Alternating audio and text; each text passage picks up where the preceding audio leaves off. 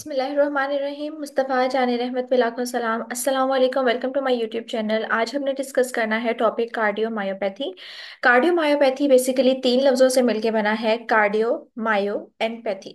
Cardio का मतलब होता है हार्ट, मायो का मतलब होता है मसल्स। कार्डियो मायो यानी हार्ट के मसल्स, एंड पैथी लफ्ज़ जो है वो पैथोस से निकला है जिसका मतलब होता है डिसीज। यानी कार्डियोमायोपैथी का मतलब होता है हार्ट मसल्स डिसीज, कि दिल के मसल्स की जो बीमारी है उसको हम कहते हैं कार्डियोमायोपैथी। बेसिकली जो कार्डियोमायोपैथी है ये एक प्रोग्रेसिव हार्ट डिसीज होती है।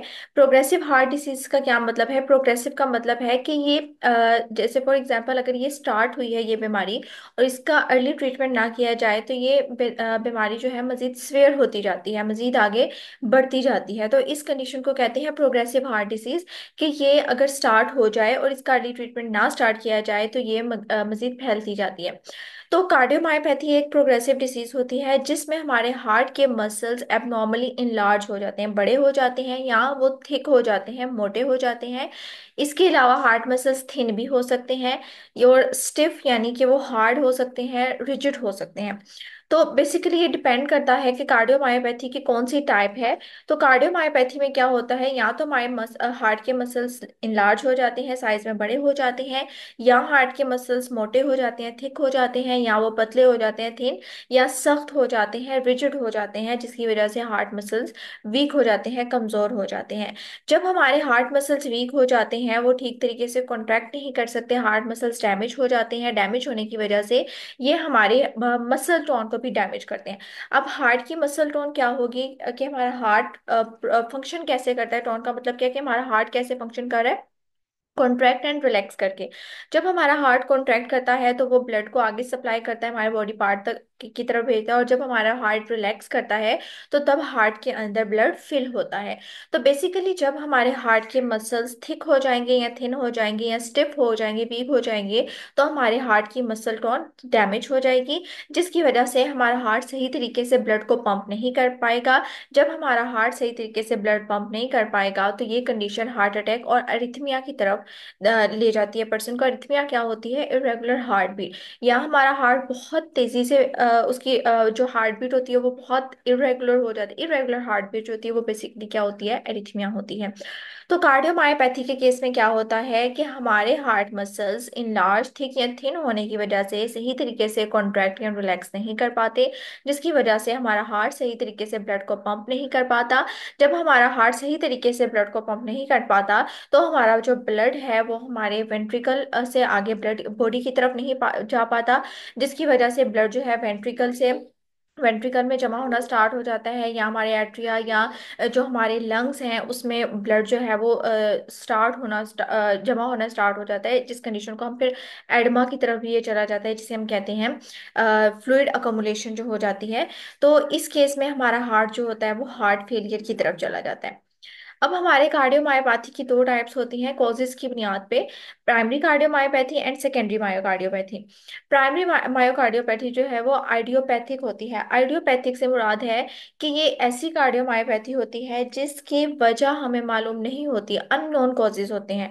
कार्डियोमायोपैथी होती है लेकिन हमें पता नहीं चलता कि किस वजह से ये कार्डियोमायोपैथी हुई है, तो इस तरह की कार्डियोमायोपैथी को कहते हैं प्राइमरी कार्डियोमायोपैथी।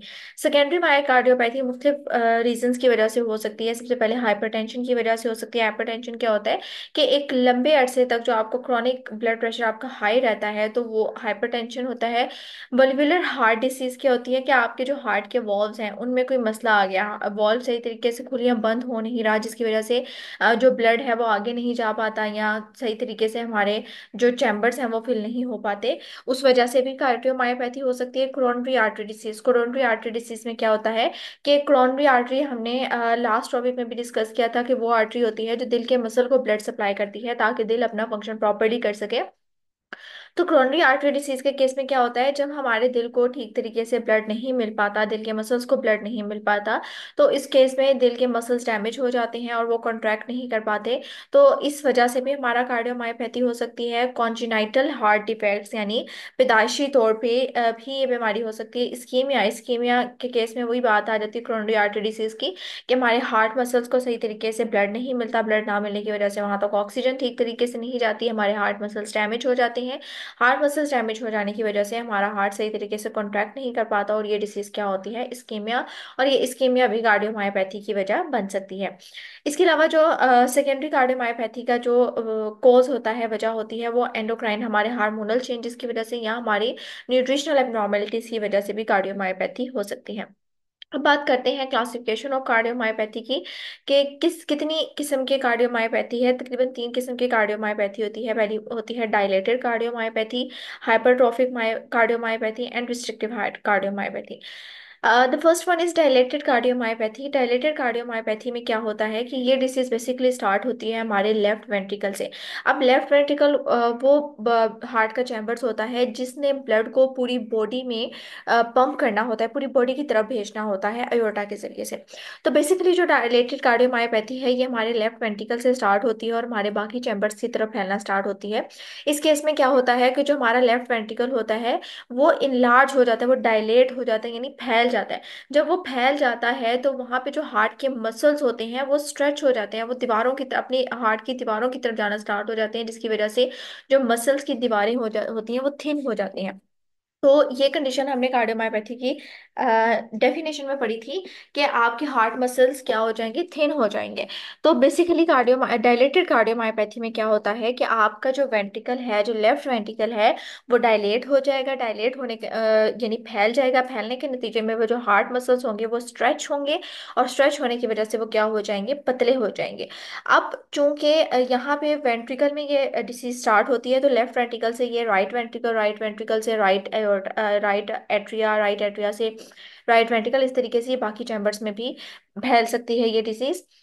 अब चूंकि हमारा चैम्बर डायलेट हो गया है, फैल गया है, तो हमारे हार्ट के मसल्स सही तरीके से कॉन्ट्रैक्ट नहीं कर पाएंगे। जैसे हमारे हार्ट का जो नॉर्मल साइज था, जैसे डायग्राम में दिखाया गया है, जो पहली डायग्राम है टिपिकल हार्ट जिस पे लिखा है, वहां पे जो हमारे चैम्बर्स हैं वो बिल्कुल नॉर्मल है। लेकिन डायलेटेड कार्डियोमायोपैथी में जो हमारा लेफ्ट वेंट्रिकल है वो देखा जा सकता है कि वो डायलेट हो गया। डायलेट होने के नतीजे में अच्छा, टिपिकल हार्ट वाले में ये जो व्हाइट व्हाइट सा शो करवाया गया है, वो हार्ट के मसल्स थे, वो देखिए वो अपने नॉर्मल साइज में थे। लेकिन अगर डायलेटेड कार्डियोमायोपैथी की बात करें तो जो व्हाइट व्हाइट शो कर रहे हैं वो मसल्स क्या हो गए हैं, थिन हो गए हैं, और चैम्बर का साइज क्या हो गया है, बड़ा हो गया है। अब चूंकि नॉर्मल चैम्बर ने जैसे कॉन्ट्रैक्ट करना था, ये डायलेटेड चैम्बर एज सच वैसे कॉन्ट्रैक्ट नहीं कर पाएगा। जब ये चैम्बर वैसे कॉन्ट्रैक्ट नहीं कर पाएगा तो जो दिल है वो सही तरीके से ब्लड को बॉडी के बाकी पार्ट में ट्रांसफर नहीं कर पाएगा। जब ब्लड आगे नहीं जा पाएगा, ब्लड वहां पे अकुमुलेट होना स्टार्ट हो जाएगा, तो हमारा जो बॉडी है, हमारा जो ब्रेन है, वो मैसेज भेजेगा दिल की तरफ कि दिल अब प्रॉपरली फंक्शन करना स्टार्ट करे, इस कंडीशन से निकला जाए, इस कंडीशन को कॉप अप किया जाए। तो इस केस में क्या करेगा, हमारे दिल मजीद पंप करने की कोशिश करेगा, कॉन्ट्रैक्ट रिलैक्स करने की कोशिश करेगा, जिसकी वजह से हार्ट फेलियर हो सकता है, अरिथमिया हो सकता है, इरेगुलर हार्ट बीट, या ब्लड क्लॉट हार्ट में बन सकते हैं। ब्लड क्लॉट कैसे बन सकते हैं, क्योंकि वो हार्ट के जो मसल्स हैं, जो वेंट्रिकल है, वो कॉन्ट्रैक्ट नहीं कर पा रहा। कॉन्ट्रैक्ट करने ना करने के नतीजे में वो ब्लड को आगे सप्लाई नहीं कर पा रहा, आगे अयोर्टा को नहीं दे पा रहा, जिसकी वजह से ब्लड वहीं पे जमा होना स्टार्ट हो जाएगा, और वहां पे क्या बन जाएगी, ब्लड क्लॉट्स बनना स्टार्ट हो जाएंगे। डायलेटेड कार्डियोपैथी के जो वजूहात होती हैं, कॉजेज होती हैं, सबसे पहली तो इसकी वजह होती है इनहेरिटेड होती है। इनहेरिटेड का मतलब है कि विरासती होती है, कि आपको नस्ल दर नस्ल चलती आती है। फॉर एग्जांपल आपके दादा को थी, तो उनसे आपके पेरेंट्स में, आपके फादर में, या मतलब इस तरीके से एक जनरेशन से अगली जनरेशन में जो बीमारी चलती है उसको कहते हैं इनहेरिटेड। या हाइपरटेंशन की वजह से हो सकती है, कोरोनरी आर्टरी डिसीज, इस्कीमिया जैसे हमने डिस्कस किया उसकी वजह से हो सकती है। डायबिटीज की वजह से डायलेटेड कार्डियोमायोपैथी हो सकती है। कुछ वायरल इन्फेक्शन की वजह से, कुछ मतलब कोई वायरल इन्फेक्शन है उसकी वजह से भी वो इन्फेक्शन भी आपके हार्ट मसल्स को डैमेज कर सकता है। इसके अलावा कुछ ड्रग्स होती हैं, फॉर एग्जांपल ये हो गई एंटी कैंसर ड्रग्स वगैरह हो गई। तो ये ड्रग्स भी क्या करती हैं, आपके हार्ट के मसल्स को वीक करती हैं, और डायलेटेड कार्डियोमायोपैथी की वजह बन सकती हैं। डायलेटेड कार्डियोमायोपैथी के जो सिम्टम्स होते हैं, सबसे पहली जो सिम्टम आता है वो इसमें फटीग, इसमें थकावट महसूस होती है, ठीक है। अच्छा, वैसे जो अगर ओवरऑल कार्डियोमायोपैथी की बात करें ना, तो बहुत से लोग ऐसे होते हैं जिसमें कार्डियोमायोपैथी के केस में उनको सिम्टम शो नहीं होते, बल्कि उनकी डायरेक्टली डेथ हो जाती होती है। लेकिन बाज़ लोगों में सिम्टम्स इसके शो होते हैं, तो वो सिम्टम्स फिर कौन कौन से होते हैं, जैसे फटीग, थकावट होती है, shortness of breath after exercise और एट रेस्ट, या आपने कोई हैवी वर्क किया है, कोई फिजिकल एक्टिविटी ज़्यादा की है, उसके बाद आपको शॉर्टनेस ऑफ ब्रीथ होती है, या वो तो वैसे भी अगर हैवी वर्क करने के बाद शॉर्टनेस ऑफ ब्रीथ होती है, लेकिन ऐसे पेशेंट को क्या होता है, रेस्ट जब वो आराम कर रहे हो, वो नॉर्मल पोजिशन में हो, तब भी शॉर्टनेस ऑफ ब्रीथ हो सकती है। स्वेलिंग इन लंग्स, उनके फेफड़ों में स्वेलिंग हो सकती है, क्योंकि ब्लड आगे की साइड पे नहीं जा रहा, ब्लड आगे की साइड पे नहीं जा रहा, तो वो ब्लड की अकोमुलेशन स्टार्ट हो जाती है, ब्लड वहां से बाजुकात यूं भी हो जाता है कि वो एट्रिया से वापस लंग्स की तरफ मूव करना स्टार्ट हो जाता है, और फिर लंग्स में क्या हो जाती है, फ्लूइड की अकोमुलेशन हो जाती है, जिसकी वजह से लंग्स में क्या हो जाती है, स्वेलिंग हो जाती है। अच्छा, लंग्स के अलावा लेग्स, आर्म्स वगैरह में भी स्वेलिंग हो सकती है। और इसके सिम्टम्स में इरेगुलर हार्ट बीट, ठीक है, और कफ वाइल लाइंग डाउन, जब आप लेटे होते हैं तब आपको खांसी आती है, वो किस वजह से, कि जो लंग्स में फ्लूइड अकोमुलेट हुआ था उसकी वजह से आपको खांसी की कंडीशन भी फेस करनी पड़ती है। दूसरी टाइप की कार्डियोमायोपैथी होती है हाइपरट्रॉफिक कार्डियोमायोपैथी। अब हाइपरट्रॉफिक कार्डियोमायोपैथिक में क्या होता है कि जो आपके हार्ट के मसल्स होते हैं वो इनलार्ज हो जाते हैं, अपने नॉर्मल साइज से बड़े हो जाते हैं और थिक हो जाते हैं। जैसे ये पहले डायग्राम में अगर देखें तो बिल्कुल हार्ट के मसल्स यहाँ पे जो पिंक कलर से शो करवाए गए हैं वो हार्ट के मसल्स हैं। तो ये पहली डायग्राम में नॉर्मल हार्ट में हार्ट के मसल्स बिल्कुल ठीक है। लेकिन अगर दूसरी डायग्राम की बात करें तो वहां पे देखें हार्ट के मसल्स का साइज बड़ा हो गया है, मसल्स थिक हो गए हैं। अब थिक होने की वजह से जो अंदर वेंट्रिकल है, अच्छा बेसिकली जो हाइपरट्रॉफिक कार्डियोमायोपैथी है ये भी लेफ्ट वेंट्रिकल से स्टार्ट होती है। तो आपका जो लेफ्ट वेंट्रिकल है, अगर डायग्राम में देखा जाए तो लेफ्ट वेंट्रिकल क्या हो गया है, अंदर से छोटा हो गया है, शॉर्ट हो गया है।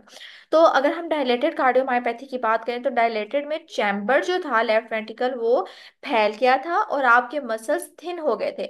लेकिन हाइपरट्रॉफिक कार्डियोमायोपैथी में आपके जो मसल्स हैं वो थिक हो जाते हैं, मोटे हो जाते हैं, और आपका वेंट्रिकल जो होता है वो सुकड़ जाता है, वो छोटा हो जाता है।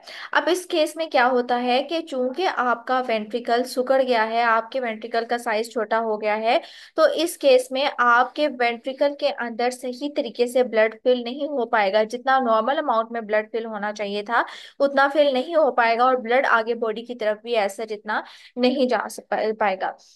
तो यहाँ पे बेसिकली क्या होता है, आपके हार्ट मसल्स हो गए हैं थिक, थिक होने की वजह से वो सही से कॉन्ट्रैक्ट और रिलैक्स नहीं कर पाएंगे और ब्लड को आगे ट्रांसफर नहीं कर पाएंगे। और दूसरी वजह कि आपका जो वेंट्रिकल है वो हो गया है छोटा, वेंट्रिकल हो गया है आपका सिकुड़ गया है, जिसकी वजह से जब रिलैक्स होगा हार्ट तो इस वेंट्रिकल के अंदर ब्लड सही तरीके से फिल नहीं हो पाएगा। जब ब्लड ही इसमें सही से फिल नहीं हो पाएगा तो आगे भी ब्लड सही तरीके से मूव नहीं कर पाएगा। तो ये कंडीशन भी किस तरफ ले जाती है, हार्ट फेलियर की तरफ भी ले जा सकती है और एरिथमिया की तरफ भी ले जा सकती है।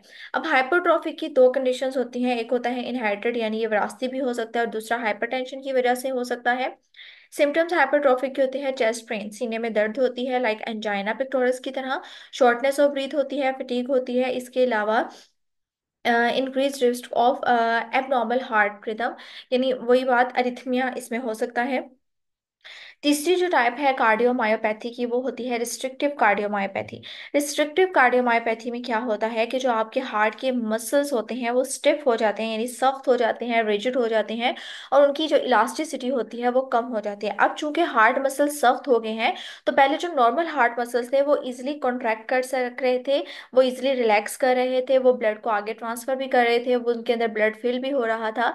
लेकिन चूंकि रिस्ट्रिक्टिव कार्डियोमायोपैथी के अंदर आपके हार्ट मसल स्टिफ हो गए हैं, सख्त हो गए हैं, रिजिड हो गए हैं, इस वजह से सख्त होने की वजह से उनकी इलास्टिसिटी क्या हो जाती है, कम हो जाती है, उनके कॉन्ट्रैक्ट और रिलैक्स करने की सलाहियत कम हो जाती है।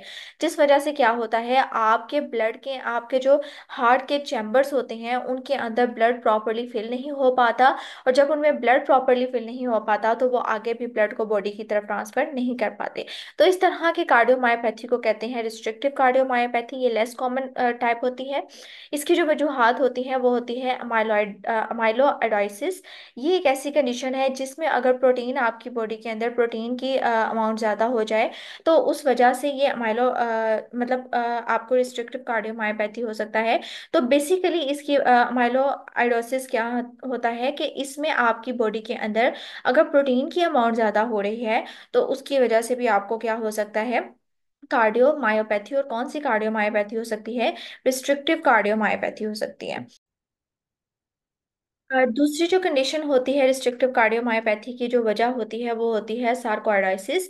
इस कंडीशन में क्या होता है कि इन्फ्लेमेटरी सेल्स जो होते हैं, इन्फ्लेमेटरी मॉलिक्यूल्स जो होते हैं वो बॉडी के अंदर ज़्यादा बन जाते हैं। तो इन्फ्लेमेटरी मॉलिक्यूल्स के लम्प्स बन जाते हैं बॉडी के अंदर। तो उस वजह से भी आपके जो कार्डियोमायोपैथी है वो हो सकती है, रिस्ट्रिक्टिव कार्डियोमायोपैथी हो सकती है। इसके अलावा आपके ब्लड के अंदर अगर आयरन बहुत ज़्यादा अमाउंट में प्रोड्यूस हो जाती है, तो वो आयरन के ज्यादा होने की वजह से भी रिस्ट्रिक्टिव कार्डियोमायोपैथी हो सकती है, और कुछ कनेक्टिव टिश्यू डिसऑर्डर्स की वजह से भी रिस्ट्रिक्टिव कार्डियोमायोपैथी हो सकती है। रिस्ट्रिक्टिव कार्डियोमायोपैथी के कुछ सिम्टम्स होते हैं। फटीग होती है, इसमें स्वेलिंग होती है। स्वेलिंग कहाँ पे होती है? आपके लंग्स में हो सकती है, आपके लेग्स में, आपके बाजुओं में हो सकती है। इसके अलावा डिफिकल्टी इन ब्रीथिंग हो सकती है। अब कार्डियोमायोपैथी को डायग्नोज कैसे किया जा सकता है, इसकी शिनाख्त कैसे की जा सकती है?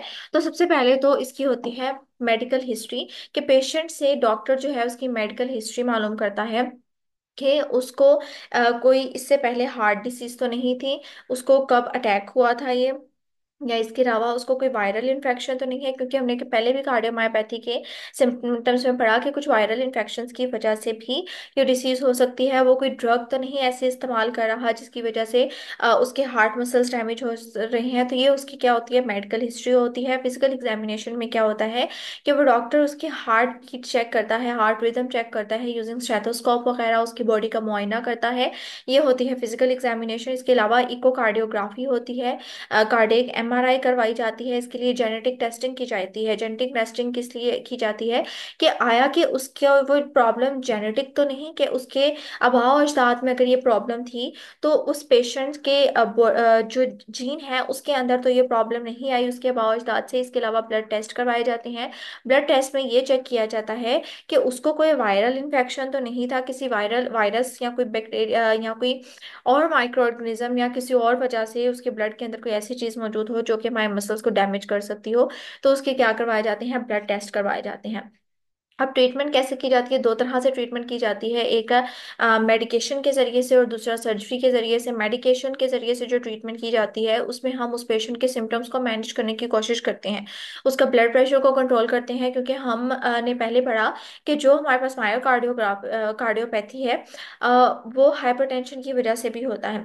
तो इस वजह से हम क्या करते हैं, हम उसके हाइपरटेंशन को कंट्रोल करने की कोशिश करते हैं, उसके ब्लड प्रेशर को कंट्रोल करने की कोशिश करते हैं थ्रू मेडिकेशन। उसको ऐसी मेडिसिन देते हैं जिससे उसका, क्योंकि कार्डियोमायोपैथी की मुख्तलिफ वजूहात होती हैं, वो किसी और वजह से भी हो सकता है, हाइपरटेंशन की वजह से हो सकता है, वो इस्कीमिया की वजह से हो सकता है, वो किसी और डिसीज की वजह से हो सकता है। तो हम कोशिश करते हैं कि बाकी डिसीजेस को भी कंट्रोल करते हुए हम कार्डियोमायोपैथी का इलाज कर सकें। तो हम उसके जो सिम्टम्स है उसको मैनेज करने की कोशिश करते हैं, उसके ब्लड प्रेशर को कंट्रोल करने के लिए मेडिसिन देते हैं, फ्लूइड रिटेंशन को रिड्यूस करते हैं। जैसे फॉर एग्जांपल अगर उस पेशेंट को एडिमा है तो हम ऐसी मेडिसिन देंगे जिससे उसका एडिमा ट्रीट किया जा सके। रेगुलर हार्ट रिदम्स, उसके हार्ट रिदम को रेगुलेट कर सकते हैं कुछ मेडिसिन वगैरह देके। तो मेडिकल ट्रीटमेंट में हम उसके सिम्टम्स को या बाकी उन सिम्टम्स को, उन बीमारियों को ट्रीट करने की कोशिश करते हैं थ्रू मेडिसिन जो कार्डियोमायोपैथी की वजह बनते हैं। इसके अलावा कुछ सर्जिकल सर्जरी के जरिए से, कुछ डिवाइसेस के जरिए से भी कार्डियोमायोपैथी का इलाज किया जाता है।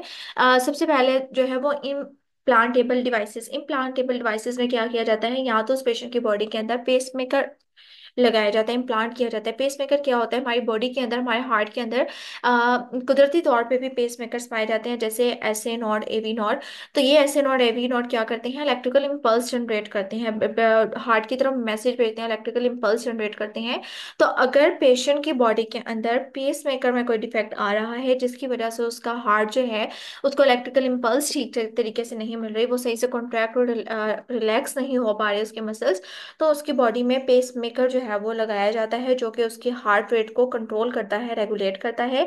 इसके अलावा डिफाइब्रिलेटर्स का इस्तेमाल किया जाता है, ये भी इम्प्लांटेबल डिवाइसेस होती है। डिफाइब्रिलेटर्स क्या करती हैं, इसमें क्या किया जाता है, कि हमारी बॉडी के अंदर स्किन के नीचे डिफाइब्रिलेटर्स को इंसर्ट किया जाता है, लगाया जाता है। ये बॉडी के हार्ट रेट को मॉनिटर करती हैं। अगर तो बॉडी के अंदर हार्ट थ्रेटनिंग अरिथमिया हो जाता है, यानी आपकी हार्ट बीट, आपका हार्ट रेट बहुत ज़्यादा खतरनाक हद तक जो है वो इरेगुलर हार्ट बीट होने लगी है, तो इस केस में ये डिफाइब्रिलेटर्स क्या करते हैं, ये उस हार्ट रेट को मॉनिटर करते हैं और जल्दी से एक्टिवेट होके इलेक्ट्रिकल शॉक प्रोवाइड करके दिल की जो हार्ट रिदम है जो उसको रेगुलेट करने की कोशिश करते हैं। तो तो इस तरह की डिवाइसेस को हम क्या कहते हैं, इम्प्लांटेबल डिवाइसेस, जिसमें पेसमेकर और डिफाइब्रिलेटर्स का हम इस्तेमाल करते हैं, जो हमारी जो दिल के हार्ट रिदम्स हैं जो उनको रेगुलेट करते हैं। दूसरे केस में हम सर्जिकल इंटरवेंशन में क्या करते हैं कि हम वॉल्व को, अगर जो कार्डियोमायोपैथी है वो वॉल्व के किसी मसले की वजह से हो रहा है, आपके जो हार्ट के वॉल्व्स हैं, जो दिल के वॉल्व हैं, वो सही तरीके से ओपन नहीं हो रहे या बंद नहीं हो पा रहे, तो इस केस में क्या किया जाता है, सर्जरी के जरिए से उसके वॉल्व को या तो रिपेयर किया जाता है या उन्हें रिप्लेस किया जाता है। बाजू का जब पेशेंट की कंडीशन बहुत ज़्यादा स्वेयर हो जाती है, तो उस केस में उस पेशेंट को हार्ट ट्रांसप्लांट भी किया जाता है। और इस हार्ट ट्रांसप्लांट के लिए डोनर चाहिए होता है जो अपना हार्ट देता है, और मोस्टली डोनर जो लिए जाते हैं ऐसे पर्सन्स को से लिया जाता है वो दिल जिनकी रिसेंटली डेथ हुई होती है। तो हार्ट ट्रांसप्लांट किया जाता है उस केस में जब आपका हार्ट फेलियर बहुत ज़्यादा स्वेयर हो गया, बिल्कुल ही आपका हार्ट जो है वो फेल हो गया हो, उस केस में हार्ट ट्रांसप्लांट भी किया जाता है।